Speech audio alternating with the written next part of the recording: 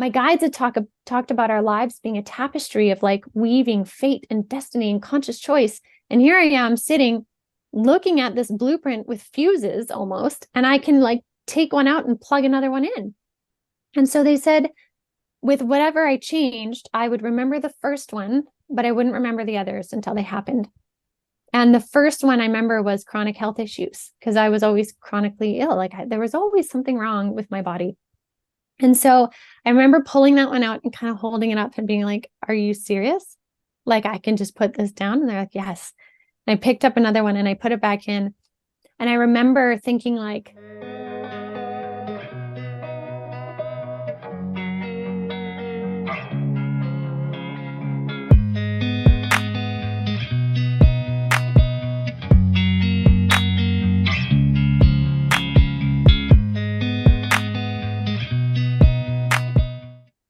I'm Ginette Biro and I'm on Your Superior Self.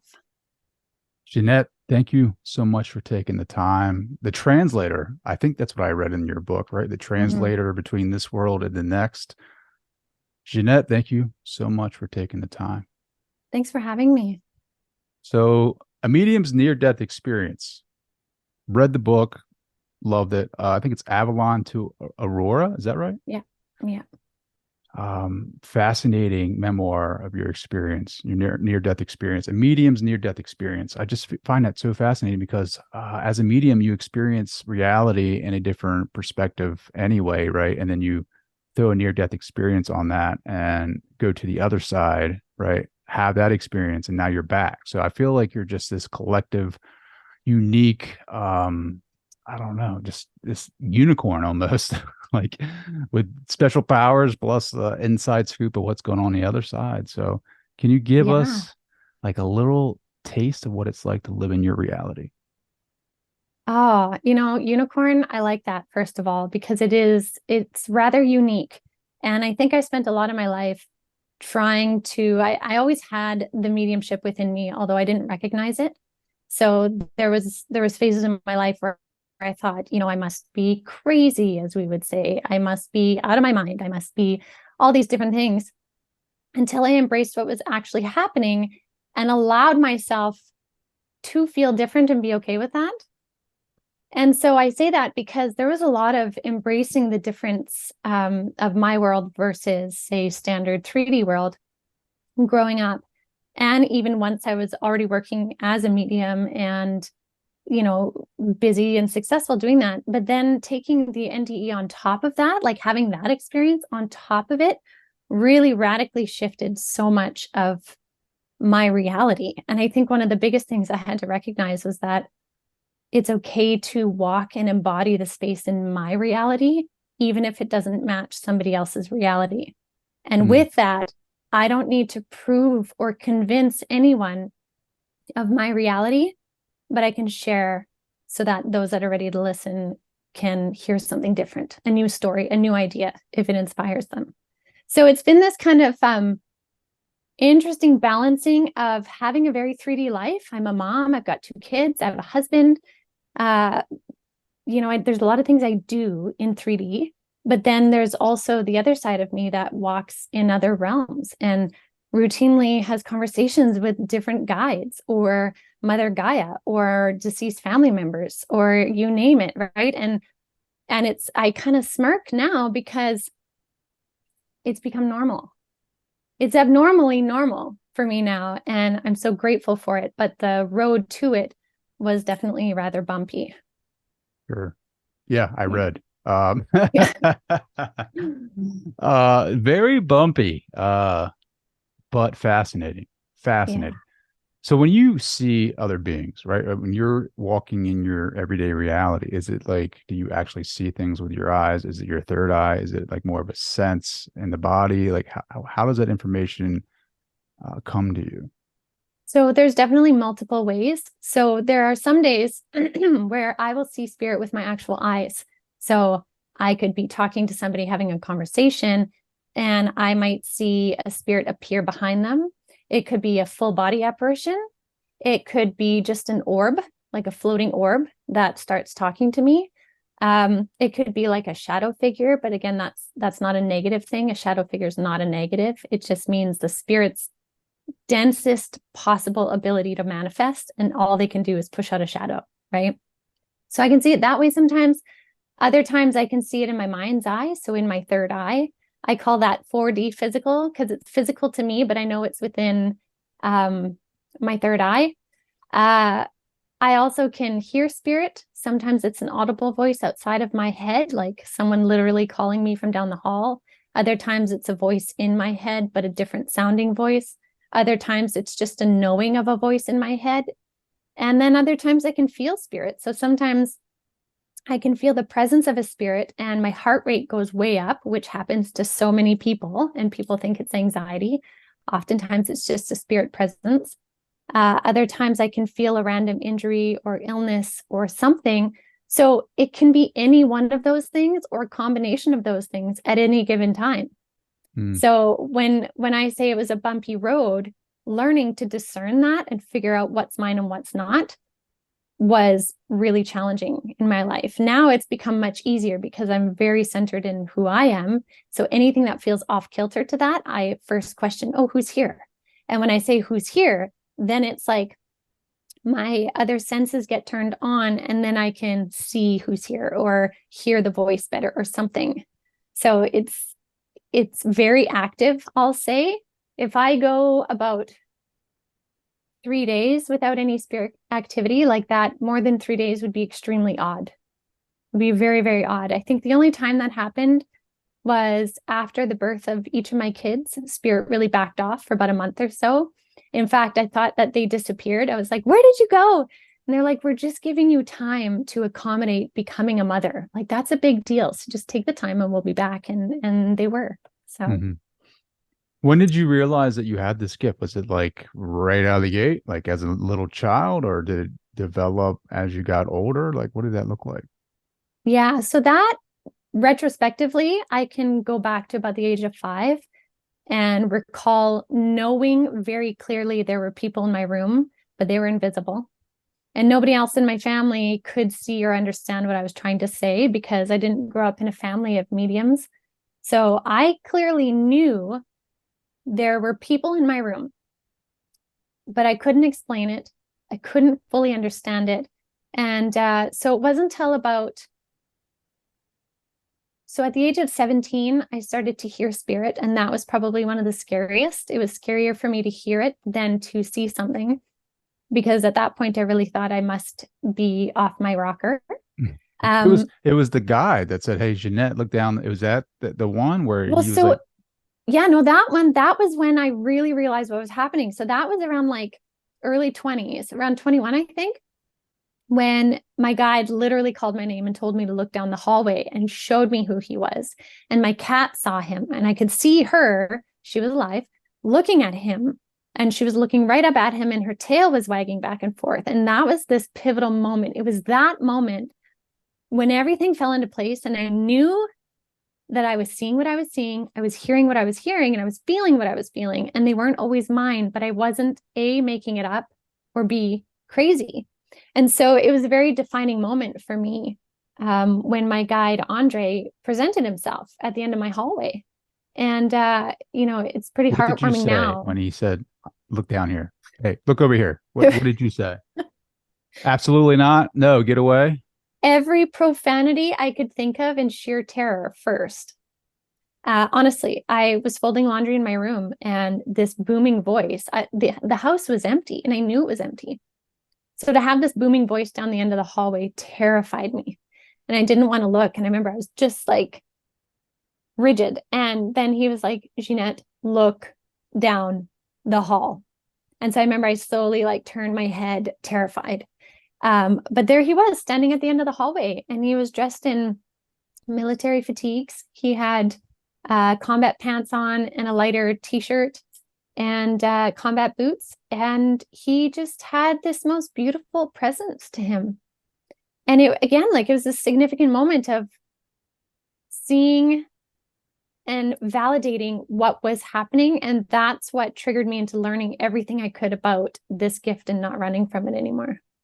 So did he tell you his name, or did you just know that his name was Andre? Right? Like, Um, he it was kind of always over a series of meditations after that and dreams where he mhm, came in and he would show me different things. And um, yeah, it just became, it was, I would say it's more like an instant recollection or it was just an instant knowing. I think it's hard sure. to actually explain it.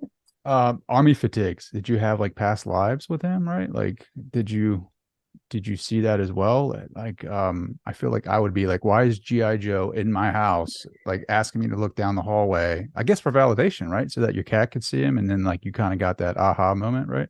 Right? I do have a past life in the military, actually, which connects me to my son. My son in this lifetime, we were both brothers in arms, I say, in the military in a past lifetime, and I was not able to save him at Oh that wow. time. I was a medic. So I promised to come back again with him in a way that I could safeguard him and came in as his mom. Anyway, in terms of Andre, I don't, to be honest, I don't know if the fatigues represent his safety and security, like how he's a guardian for me, or if he had just come off of a past life, maybe.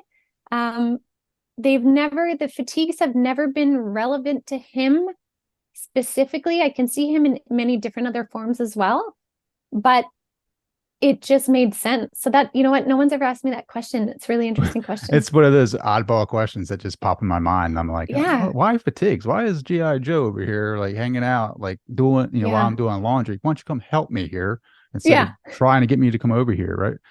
right. But to your point about being younger, right? In the book, you talk about having the like getting sick quite a Hmm. bit, quite often, actually. Like a couple times a year, you had these Yeah. fevers, and there was an experience, I think, with a violet flame that kind of explained everything Hmm. up to that point and why you actually had these fevers. It was like some kind of genetic coding or DNA coding in your body, which was fascinating to me because it's like these gene codes. Like, is that what other people experience this type of um, ailments or sickness because of an upgrade into the genetics or the body? Hmm. Yeah. So definitely. So to answer that part of your question, absolutely. There are a lot of things that can be gained from illness. Oftentimes we only see illness as a negative, but there's so much when we heal that can come from that healing experience, especially when we go all in, right? Like when we really embrace the mind, body, spirit of healing a thing, an injury, an illness, we can actually get quite an upgrade from it. Now, in terms of the fevers, after I had put my book out, I had several people contact me and say they had similar fever-like experiences, which I find really interesting because Spirit had explained to me that in the state of fevers for me, it essentially was a way of kind of hacking my body system with heat to increase my vibratory rate, Hmm. right? Like, up your vibe, that's one way to physically up the physical body is to heat it, right? If we think of particles, when you heat them, they move faster. And so that was one way of doing it. And it was also a way to put me in an altered state as a kid to have this experience that ran like so deep through me to they basically gave me the experience of expanding into the width of the cosmos, if you will. I was thrown into the cosmos and expanded as the cosmos, and then also pulled down into the most minute atomic level of our body. And both of those, that micro and macro, being one and the same. And it was this understanding of above and below, as above, so below, like that everything is connected and it's all the same thing. And it was this understanding of creation within that as well. And I could not understand at the time what was happening. It was just really scary. Um, I don't mean to but cut you off. I just had a crazy moment of deja vu right now, like oh, as you were talking. So weird. We were talking pre-air that I was changing my meditations up, right, and experiencing some phenomena, and I just had like a crazy, insane like moment of deja vu when you said that. Sorry, you can go. fascinating. You, No, that's fascinating. yeah, I was just like, holy crap! Like I just, oh man, have I been here before? Right, like with Could Jeanette, like be, having this conversation about could genetic be. coding. We totally could. And it could be in like a parallel timeline, not to try and tangent that way, but like this could be happening exactly just a little bit ahead of time in a parallel timeline. Oh, Yeah, so totally possible. the violet flame, like, did that actually manifest in your reality, or was that in the third eye? That was third eye, but very visceral in my physical experience of it. So the violet flame, that's a great question. Violet flame happened after about I was already working as a medium at this point, and the violet flame happened after spirit. It seemed as though spirit had been ignoring me for about 3 months. That's my perspective, right? I would show up in meditation every day and they would do nothing. I would get nothing, see nothing, feel nothing. And at first I completely was angry. I did all the stages. I was angry. I was like, fine, I quit. I don't need this, all of those things that we do. And then finally I surrendered and I was like, you know what? I'm here. I'm here. I'm showing up every day and I'm okay if you don't show up, but I'm here. And I finally found a peace with it. And it was shortly after that, after about 3 months of having to learn surrender, which is such a huge key for me, and I know for many people, I was surrounded one evening by this amazing violet flame.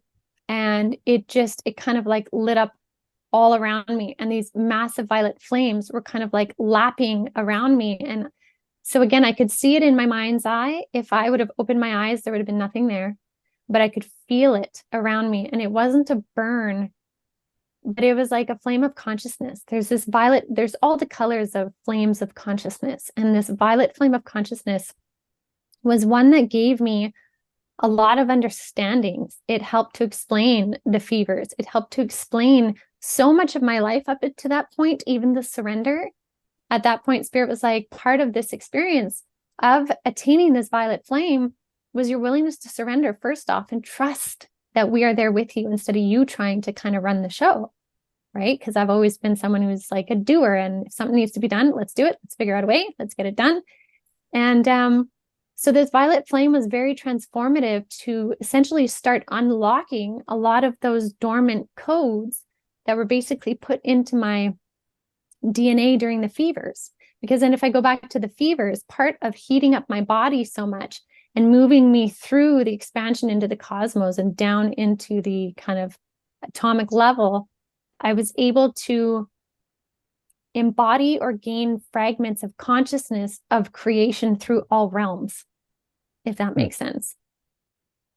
So pulling together that consciousness in different realms into this one. Into the knowledge from this one. Okay. Yeah.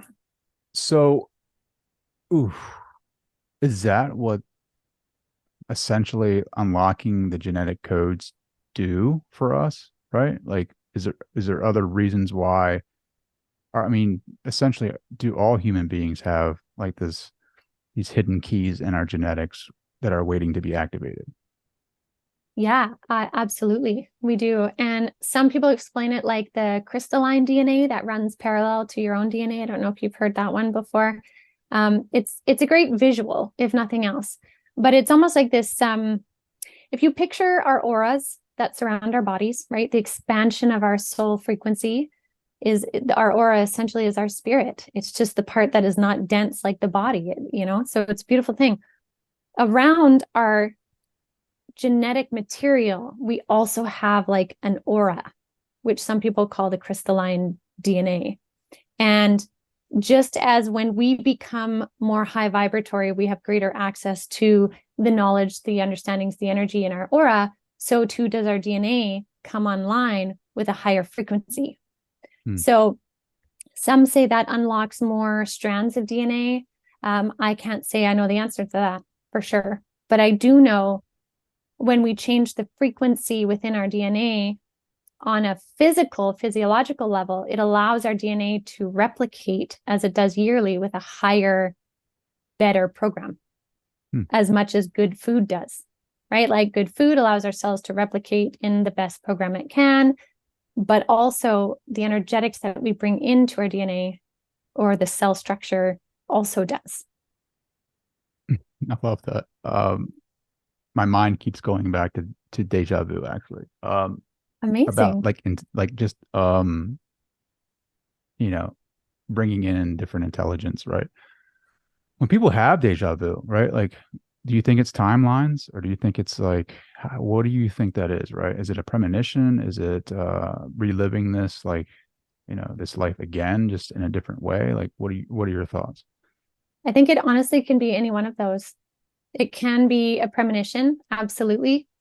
Sometimes the purpose of the premonition is essentially to show you that you have that ability, that either your soul can see something ahead of time or your guides are showing you something that is coming to validate the presence. That can be one thing. It can be because you're jumping between timelines, and that's a very real thing right now, especially. The timelines are very close together, or I guess I could say the veil between them is very malleable. And you can, in a higher state of consciousness, easily bleed into another one, especially in a meditative state. So that can totally be it as well. Mhm. Um, there isn't just one reason for deja vu, but I mean, it's always a really neat thing and worthwhile acknowledging. It is neat because it's Yeah. like I've been having those experiences more frequently. And Mm-hmm. so my mind is automatically like, what is going on right now? Right. My reality is changing 100%. Right. When you look at people, Mm-hmm. do you see, like, I see a body, right? You're wearing a white tank. You have gorgeous hair, by the way. Thank you. Um, how do you view people? Do you see auras? Do you see like the matrix with the zeros and the ones? Like, do you see it like that? Or how do you view Mm. reality? After, I mean, since you're near death. Since my near death, so I find, okay, so to answer the first part of your question, when I look at people, oftentimes I can see their aura. Oftentimes I can see it in different colors. Other times I can look at somebody but feel them. So I could feel injury or illness without trying. Like I just, it's like I absorb it. Um, and then other times I can feel an intent of somebody come in like words, if I could explain it that way. It's not necessarily spirit telling me because that sounds different to me, but I can feel someone's intent and it comes in like words. So meeting people or walking into a room of people can sometimes be easy peasy. Other times can be completely overwhelming, like someone threw me into a pool and now I'm soaking wet. Um, and other times can be like darting through an obstacle course. And it really depends on like my own energy, what the astrology is, what uh my guides are up to, like where I'm at. Is did I just come off of a violet flame experience? Because if I walked into a huge room, it would be everybody would be in color, right? I So feel like your husband has a disadvantage here, right? Like I feel like he walks in, he's like, crap, she knows something's up, right? Like I feel like he can't hide too much from you having all these special abilities. Like no, he can't. And neither can my kids. And they I always say to them, I'm like, I might not know exactly what's going on for you, but your energy is telling me this. And I'll tell them what I'm getting. And I'm like, am I wrong? If I'm wrong, that's okay.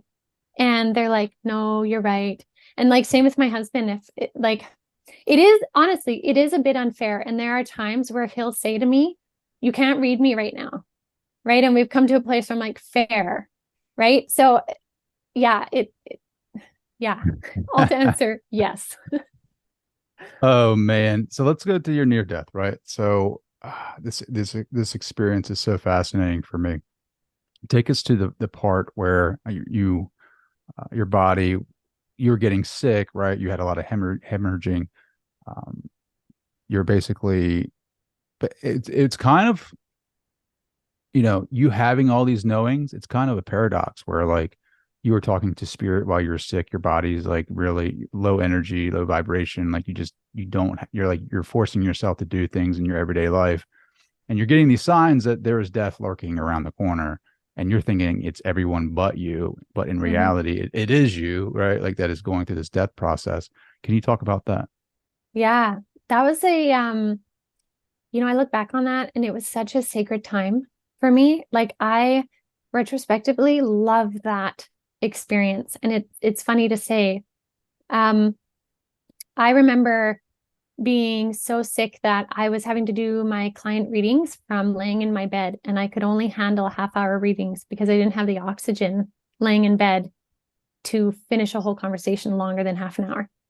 And so at that time, I remember all I was focusing on was that surgery was going to just help fix this.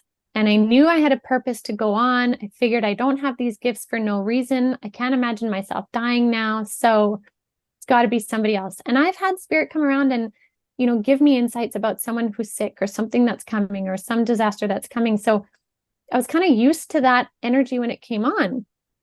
And, but yeah, I think honestly, I think spirit purposely kept it from me until the very last, like the night before,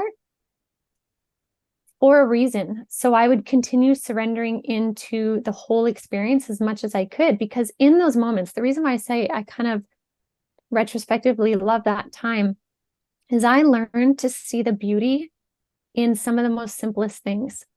Like the beauty in my kids of how when I said, Mom, I'm so tired, I just need to lay on the grass here in the car dealership because I can't go any further, right?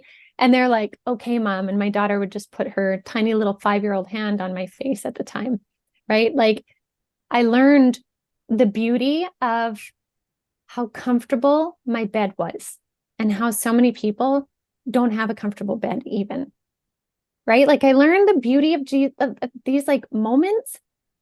And so I think spirit really led me through, although I felt frustrated, they led me through until the point of realization, which was when I had that phone call from my friend who, was trying to beat around the bush and not tell me that they had this knowing that I was going to cross over and stay. Once I had that phone call that validated all the experiences leading up to it, all the colors became brighter. Like my world got brighter. The sunset was brighter. My husband in his chores clothing, his rubby clothes and horrible runners that he wears to cut the grass. He was beautiful to me, and everything was just serene and okay. And I really, again, I believe having all that simplicity and love in all those little moments before knowing what it meant allowed for finally knowing what it meant, having such a bigger impact. Even though I have to say, I still didn't fully believe that it actually meant me passing. I was like, wow, that can't possibly be. It'll just be an astral travel.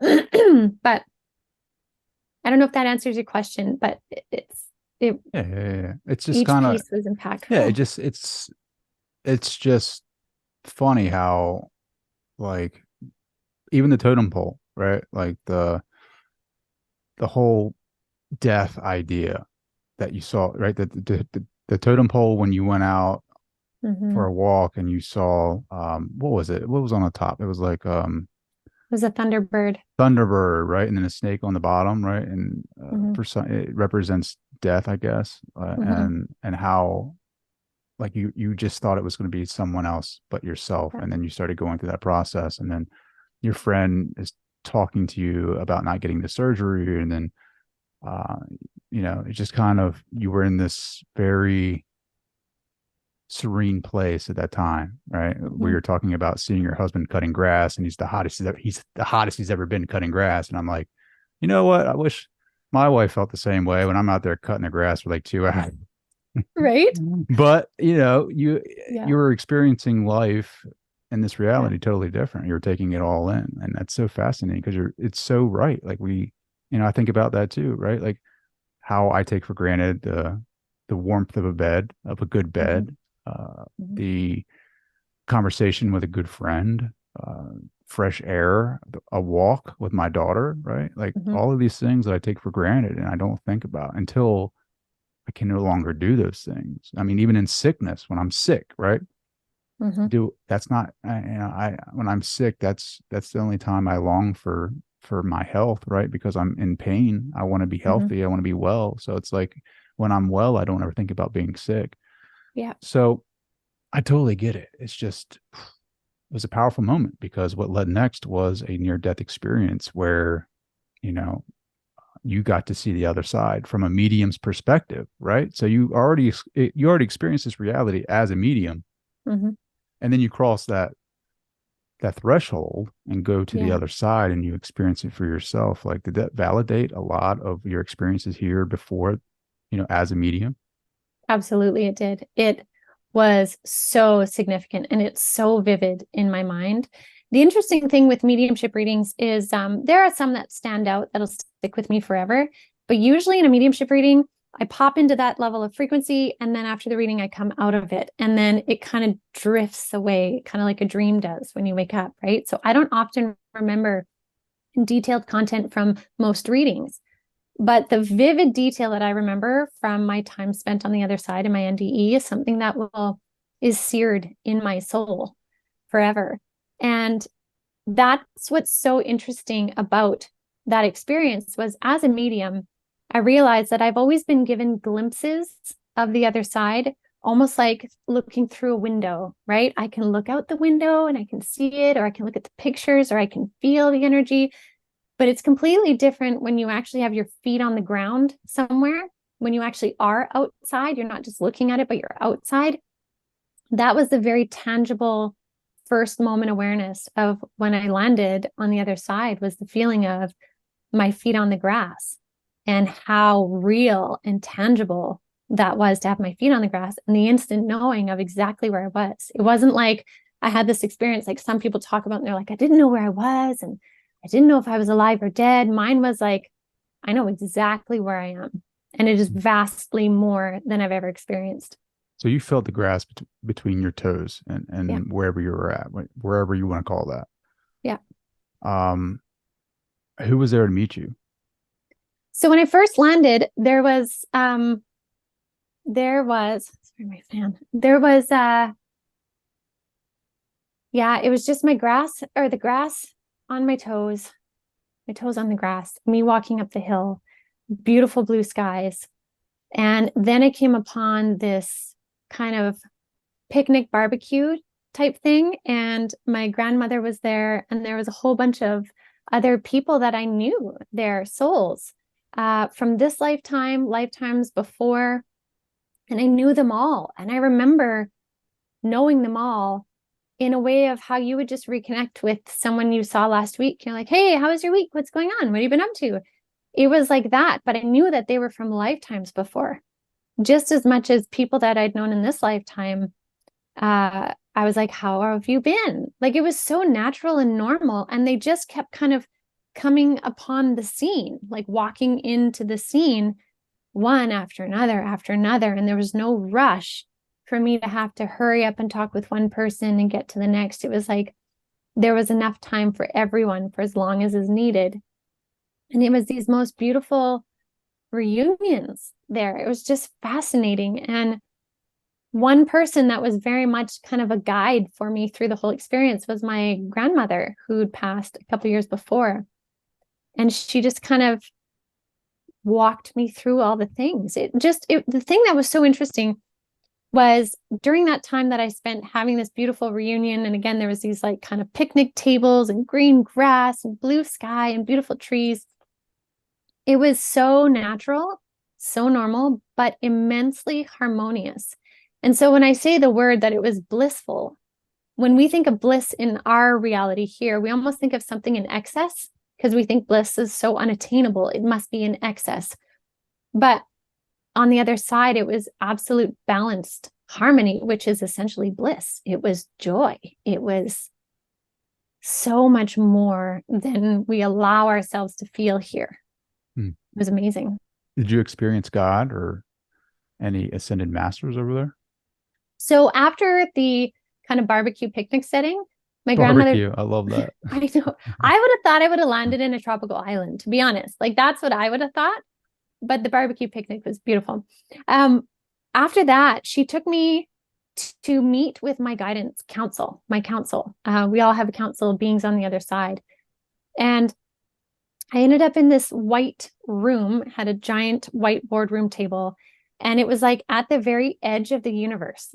And the best way I can explain it is like there was galaxies outside the window, but it was also where the universe is creating itself. So it was like on the edge of creation.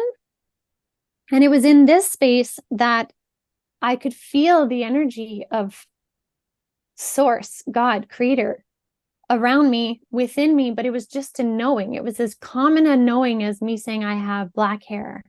It's like, yes, like it was that normal, but that obvious.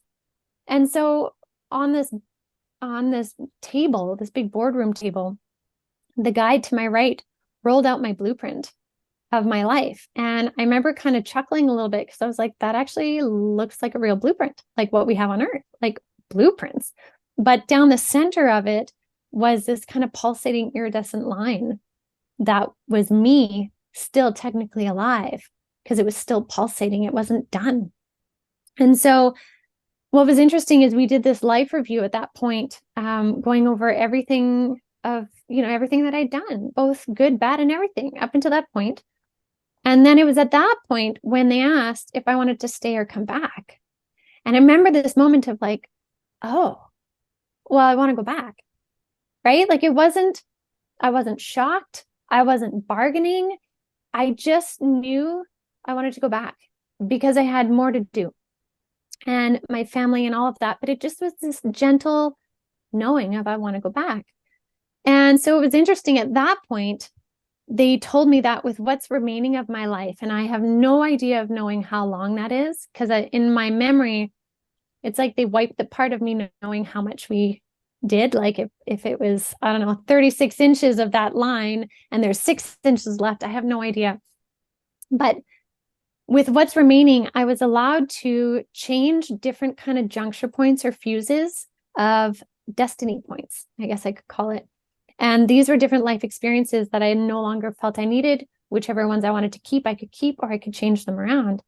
And I remember thinking like, are you serious? Like this, people talk about this, like spirits talk about this. And my guides had talked about our lives being a tapestry of like weaving fate and destiny and conscious choice. And here I am sitting, looking at this blueprint with fuses almost, and I can like take one out and plug another one in.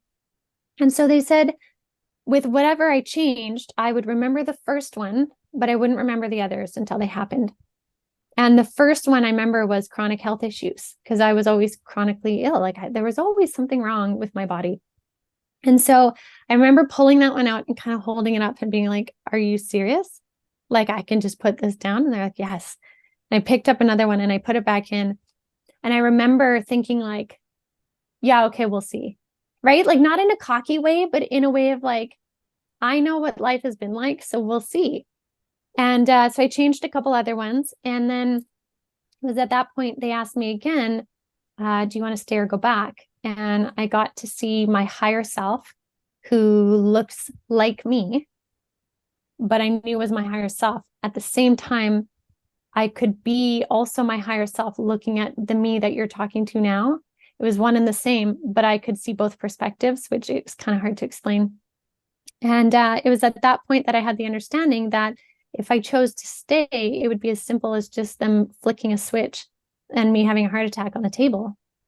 And everything was prepped and ready for that, if that's what I chose. And I was like, no, I want to go back. And there was this beautiful memory of my higher self and how much my higher self loved and honored and revered the experience of a human life. And when I saw that perspective, it was just like, well, for sure, I want to go back. Like, of course, like family, yes, but why would I waste everything that I've done so far in this human life? I have to go back. And so it was, once that decision was made, it was like the next pieces were kind of instantaneous where I could hear the nurse in the recovery room saying, Ginette, are you awake? And then I felt my soul basically go like foop back into my body. I could still feel my grandmother with me. And there was some people kind of in the distance. And then I remember my higher self speaking through me, my voice, but very clear to the nurse, because I am not somebody who wakes up from surgery clear. I take a baby Tylenol and I'm loopy, right? So there was this clarity that came through and said to the nurse, like she said, Ginette, are you awake? And it was like, foom, in my body. And I said, I need you to write something down. I am a medium and I need you to write down these 4 things. And she stopped what she was doing. And she was like, okay, honey, what do you want me to write? And I gave her these 4 things. And these things, though, wouldn't really make sense to anybody else. but they were almost kind of like key codes that would help me remember the details. And the big important part of that was my higher self knew that if I had pain meds and then thought to remember everything, I would question it. And so she wrote those things down. I said, I need you to fold the paper up. I need you to put it in my hand.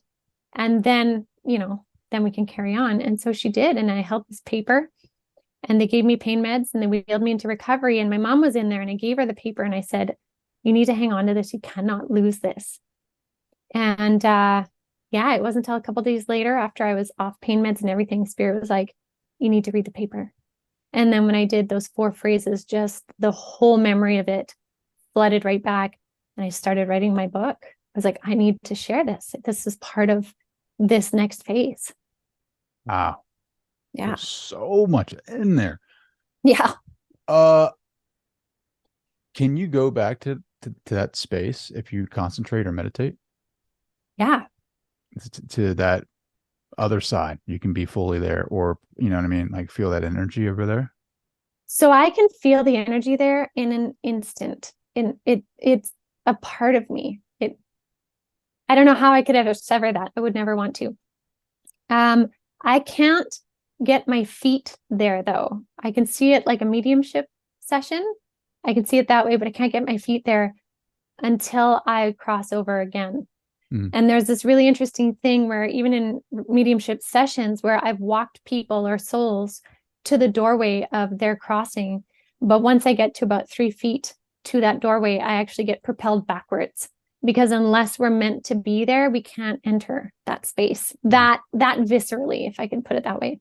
Was that like a higher realm, like a higher dimension? Is that the final resting space? Like where was that exactly? Is that heaven? Yeah. However, heaven can be anything and everything people want it to be. And there's many layers and dimensions and frequencies within that. So like heaven for one person can be, I've seen people where they're fishing in a river. Others are expanded within the cosmos and they are just stardust and particles, right? Whereas others are resting, some are sitting on a porch. Like it really can be anything you want. So the simple answer is yes, but Yes, it is all of the also above. so vast. Yeah. Is that your origin point, do you think? My experience, I don't think so. Hmm. I've had an experience before in an out-of-body experience several years before that, where I went to my origin point. And it was almost like I went to the God, source, creator sphere, if I could put it that way. And it was the origin of all things, of me, of everything. And everything was kind of this like peach sunrise hue. What did Sunset, that feel actually. like energetically? Like, did you merge with that? It was everything. It was yeah, it would be like if we had the ability to be in water that is the perfect temperature and we could be immersed in it and breathe and not struggle. It's like that feeling of full immersion. Was it conscious of you? Oh yeah. Yeah. Yeah. But it was all one. Like I was all one with it, yet still me observing it observing me, but us also both being the same. So essentially ineffable. You can't really describe it in human terms. Like No. language fails to even come close to explaining what that's like. Yeah. But what is it like when you have, like, what's the difference between, like you said, out of body? Like what's the difference between out of body, like astral travel, like third eye visions? Like, is it the experience? Like what is the difference? So, out of body, there's always still a deep tether to the body. So like that one where it was kind of that peach God consciousness, if I could say it that way. I That can was never very look much, at a peach again the same. I yeah. want to think God consciousness every time, which is not a bad thing because I love some peaches. So Well, there you go. It was like that color, right? That one was an out of body experience. So that felt like a different reality, yet there was still maybe like 30% tether to my body. So 30% awareness still of this physical body, but my consciousness expanded somewhere else. Meditation and like an astral travel for me, I would say I'm like 70% in this physical body and the rest is projected outward. My NDE though was, I mean, I must have had, I don't know, 5% tether, Keep keeping that line going. alive. Keep Yeah. going. Everything else about me was there and tangible, like touch, smell, feel, temperature, everything. Did you come back with newer gifts or stronger gifts? Yeah. So definitely came back with much faster and higher access, um, which took some getting used to be honest. I had to learn to regulate it better. But then I also had to learn to embrace it more and not try and pass it off because before my NDE, I was quietly already busy as a medium. I had been doing readings for over a decade at that point, full schedule, but it was only ever by word of mouth. I didn't really have to tell people what I did. I didn't really put it on social media very much. I didn't really talk about it. And once I came back, it's like I had to embrace it. It's like I made an agreement of coming back, talking about it, embodying it. And in order to be authentic in what I'm saying, I need to be it. Right. So there was an accepting of that.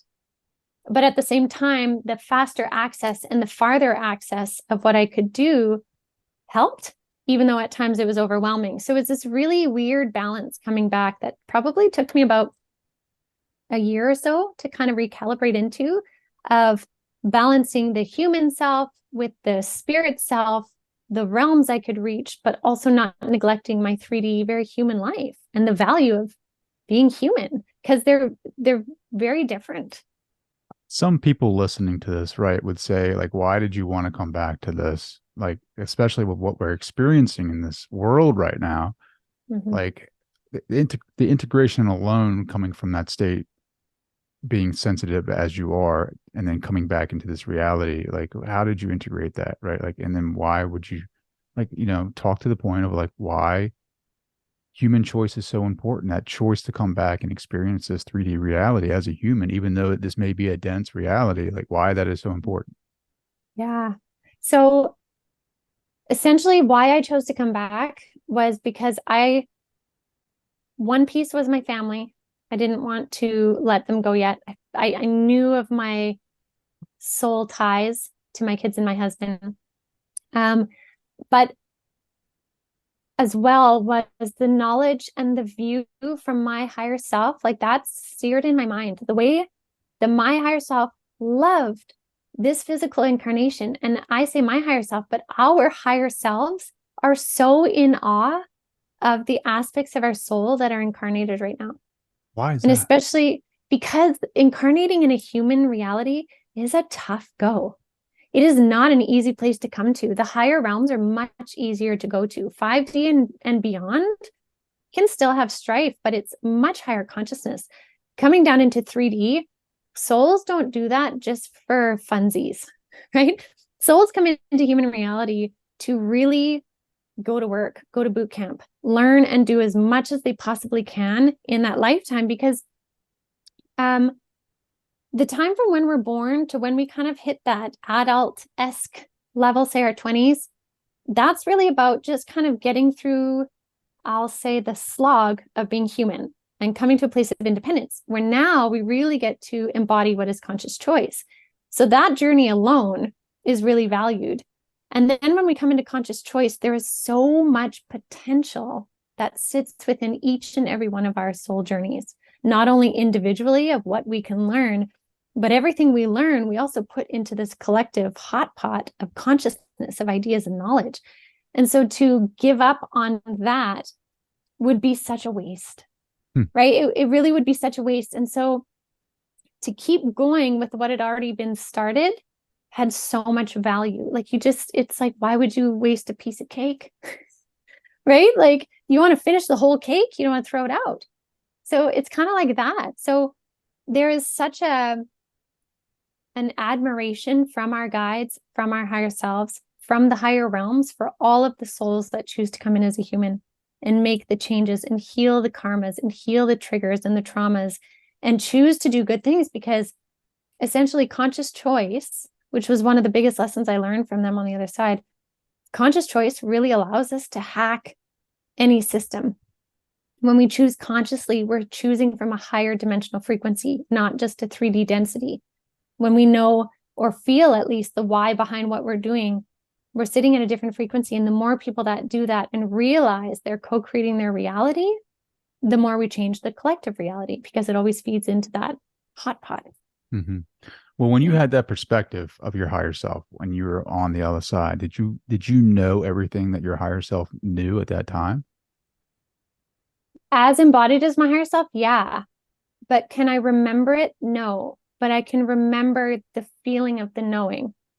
So I guess it's like if our higher selves have had all these incarnations, right? And talking to your point about choosing to be human, it's like, how many more do we need, right? If that higher self is already well developed and well versed in different knowledge and experiences, is it like, why do we need to go through 600, 1,000 lives on Earth to evolve, right, as a higher self if it's like already at that level of consciousness, a higher level of consciousness? Like, or Mhm. is that the just the name of the game, or is it karma that holds us here? Like what does that look like? So karma is a big part of it. But the higher self is essentially the sum total of all your lifetimes, right? So if you think of your higher self as like a whole pie, okay, if we stick with food analogies, the whole pie. And when you come down into a human lifetime, you're one piece of pie that is incarnated. And so you're milling around having your lifetime. And when you cross over and you die from this reality, you connect back into that whole pie and you remember the totality of your experience. The value is every time a piece of your higher self comes into an incarnation, it gains more knowledge. So it's not that your higher self is all knowing, God knowing, but it is all knowing in relation to all the lifetimes you've had, So which it's is why still it gains so much evolving wisdom. too, right? It evolves as Absolutely. we evolve. Absolutely. And what's the name of the game, right? Like, what is, well, I shouldn't say the name of the game. I guess the name of the game is to evolve as consciousness, but what is the end game, right? Like, is there an end consciousness that we're all striving to be? Mm-hmm. That's a good question. I think that's like the eternal That's question. the $1 million question. It really is. And I think to answer it in a simple human form for me would be um I don't think I could possibly answer it, because what I've learned of the universe is the more as simple as it can be, it's also very complex beyond what we can understand within the human mind frame of our Sure. 3D reality. We don't have the capacity. It's like No. that quote, the more that I know, the more that I don't know, essentially. Exactly, Right. exactly that. Yeah, And so now you channel too, right? Like you can, yeah. did you channel before the NDE? I had one or two situations where a spirit had channeled through me in a reading. One time I had a spirit who I knew well who was trying to get something across, and I guess I wasn't getting it right. And they're like, can we just try something? I was like, sure. They're like, can we just merge with you a little more and just can you just move out of the way? And I was like, all right, let's try this. And I remember I felt my consciousness slightly move to the side. Again, it's not like a possession when someone channels or anything. It's just a denser merging, right? And so kind of moved to the side a little bit more, and they were able to speak directly through me, because in mediumship, I'm translating. So I'm translating images, words, whatever it may be, or repeating what I hear word for word. But in channeling, it moves direct through. It's coming out and I'm hearing it for the first time as well. So it's like a deeper merge in partnership. Hmm. And Yeah. what entity group is that, right? Like I know some people channel different beings or different councils. Like, is there one specific that you speak Yeah. through, or they speak through you? Yeah. So the main one that I channel, they're called the Three Guides of the Light. Um, and they came to me in 2020. And they kind of surprised me one day, actually. And they started talking to me a little bit about COVID. And not to go down that tangent, but they showed themselves as three shadow outlines with a ton of light behind them. And I was like, okay, so there's three of you. And they're like, yes, but also no, we are light consciousness. I was like, okay, but there's three of you. And they're like, no, we're showing you like ourselves embodied, but we're not embodied. We are light consciousness. We're beyond embodiment. We are consciousness. So when you see light, you think it is light or photon, but we're the consciousness within that. There's a consciousness in light. And they're like, we're showing you densities so it makes sense to your brain. And I was like, fair, that's helpful. Thank you.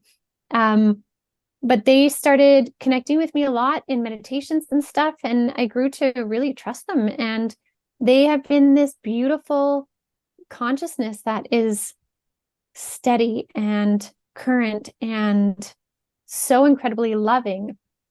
But the interesting thing is they are very much alive in the way that we are, but not embodied, which sometimes throws people. But they are just this high, like if we think about, what happens to the soul, why do we dare to evolve and have karmic lifetimes? And what is the higher self's goal? I mean, I know that we can ascend up to the point of the three guides of the light, which is light consciousness. And if God and creator and source is light, then perhaps that's the origin. I don't know. Right. Yeah. But they're these it's beautiful consciousness that I'm able to channel through. We might have to have you back on the channel, those beings of light. I mean, sure. Yeah. I think that'd be interesting. Yeah. So life on the other side, right? Life on the other side. So there is life on the other side. How is it different, right? Like we say we live here, right? But what does life look like on the other side? Like, I don't know if that makes sense, but it's like, don't be scared of death. There's life on the other side. What does that life look like? So, like I said before, it can be anything. Like it really can look or feel like anything. And in terms of your comment, don't be scared of death. Oftentimes what people will see in their moment of transition is whatever relates most to them. So if someone is raised Christian, they may very well see family members and Jesus or Mary. If someone's raised in a different religion or with a different specificity, they may see that emanation when they cross over, because it's limitless. When we're not in a dense reality, it can be anything. But one thing I do want to say about the fear of death, one of the ways that Spirit explained it to me to explain to my children, which really made a lot of sense, is the experience of dying is as seamless as taking off a jacket or taking off a coat. Like when you're outside and it's snowing, the coat is so helpful and it feels a part of you. It is an expression of you because it is helping you sustain yourself in that environment. But when you come inside, you don't need that coat anymore. It actually becomes burdensome, right? So you take the coat off and you hang it up and you don't cease to exist because you don't have that coat on. You don't really mourn the coat either. You just carry on. You go upstairs, you grab a snack, you do whatever. That same sort of idea is the experience of leaving the body, the density, sort of like taking off the coat and carrying on. And so one of the most important things is to remember that we do carry on and we do feel like ourselves and more when we cross over. It's not a and less. It's an and more. It feels more normal. Wow. Yeah. I could talk to you all night. I want to respect your time though. Definitely got to have you back on so we can get some channeling up in here. Yeah, I'd and love talk to. to the beings of light. How can people connect with you, Ginette? How can they buy the book and find out and connect with you on socials? Yeah, so definitely they can purchase the book on Amazon or at avalonspirit.com. That's a great place to go, my website. And if people sign up for the email, it's not really a newsletter, but we just keep people posted when there's courses or things coming up. As well, I am on Instagram, Ginette Biro Medium, and also YouTube, my YouTube channel, and my podcast, the Ginette Biro podcast. So like I said in my NDE, I told Spirit I would step up and I would share. And so that's what I've been doing. And it's just really an opportunity to share ideas, stories, understandings for people to take it or leave it. There's no pressure. It's just there. Do they tell you where you're headed at all, right? With this mission? I was asking that today. I was like, what's this next phase? Because they're like, you're hitting a new phase come September. And I think it's more just sharing deeper truths, deeper understandings. Because I think more and more people in the world are ready for it, to have these deeper conversations of parallel realities and the reality of parallel realities, right? Instead of tiptoeing around that topic. So I'm just going to be continuing to share. I'm working on another book all about, pieces of information of, what's the difference between the soul and a spirit? How does astral travel work? Like information. I really see myself in a position of sharing information for people to awaken with. I I think it would really, be a shame, yeah, if I yeah. didn't. I really apologize. I had to ask you another question, right? Like, because like every time it's like you're a rabbit hole. Every time you say something, I'm like, oh my goodness, I got to ask her this question, right? But to your point about speaking these types of messages to people, why are people now okay with hearing about higher selves and different realms of dimensions and of uh, spirit guides and councils? Like, I feel like something's about to change. I feel like a new knowledge is coming. I feel like, right? Like, Mhm. have they given you any awareness or tips or like, hey, look out for this, Ginette, this is coming down the pipe, right? Like, is there Yeah. any type of warnings that they're trying to give us? More like encouragement, to be honest. So one of the things the three gods of the light came to tell me about in 2020 was that from 2020 to 2024, we were going to be going through 100 years worth of growth and ascension in consciousness in the span of 4 years. So massively condensed. So if we even look at people's willingness to listen to these kind of conversations at this point now to even 2020, there's a big leap, right? But even before that, like we have been moving on this trajectory of awakening consciousness. And so for every challenging thing we've had to go through as humanity, as a collective, pandemics, wars, you name it, has also triggered opportunities for us to look deeper within ourselves, continue to heal deeper, to understand, to ask questions, to consciously choose. And all of that is feeding into that collective hot pot, like I was saying. And the more people do, when people come to nourish themselves with that, they're taking in those potentials, those questions, and it's there waiting. So we are going to continue to see more rapid ascension as we go. It's going to be exponential growth from this point. I feel like it's gonna be a little painful too.